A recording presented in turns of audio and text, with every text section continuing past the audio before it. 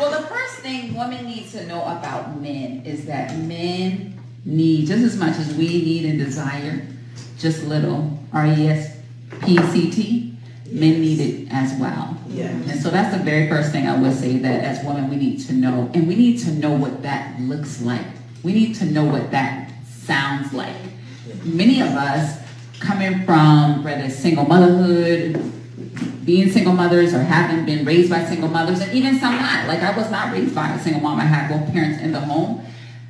However, my mom still was like a fixer. She was very helpful. She did a lot. And a lot of times what I've learned and still learning is that we don't need to do all of that. And sometimes all that fixing and helping energy is undermining his leadership. And so sometimes we get to step back and stop trying to fix things, and knowing when we can say, I actually can't do that. And allow ourselves to be served rather than always serving. So those are key things that we need to know.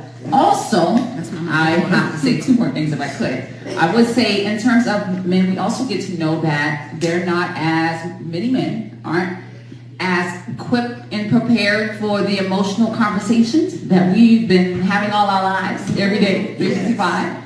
And so we have to adjust, and we have to be sensitive to that, and we have to don't overly pressure them and try to force them to communicate, but be non-judgmental, be listening, letting them know that we're here, and just giving them time to be vulnerable, and like I said, not judging. And the last thing I want to say is, this is kind of on the other side of things that we need to know about men, is sometimes there are men who are actors. They're not always operating authentically. And people do it on both sides of the aisle, and we need to be aware that just because someone says, or even doing church, or being a certain type of way, that doesn't mean that's who they are. Representatives. Oftentimes, I shouldn't say oftentimes, some of the time, people are doing what they think needs to be done to win you. And this is what men will do. They will do what you tell them what the standard is and what you need. Sometimes they will perform to that. They will play the part to get the role. Many a time.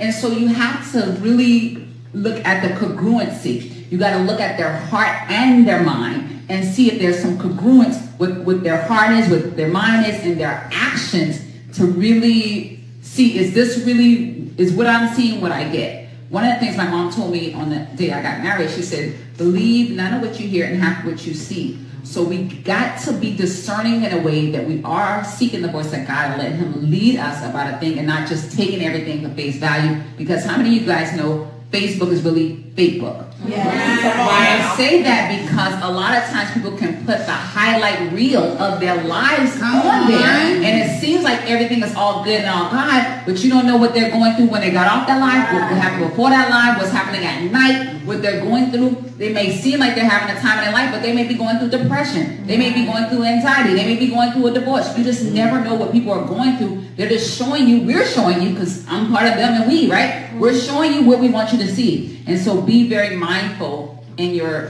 journey. And so those are some of the things you need to know as a woman about men.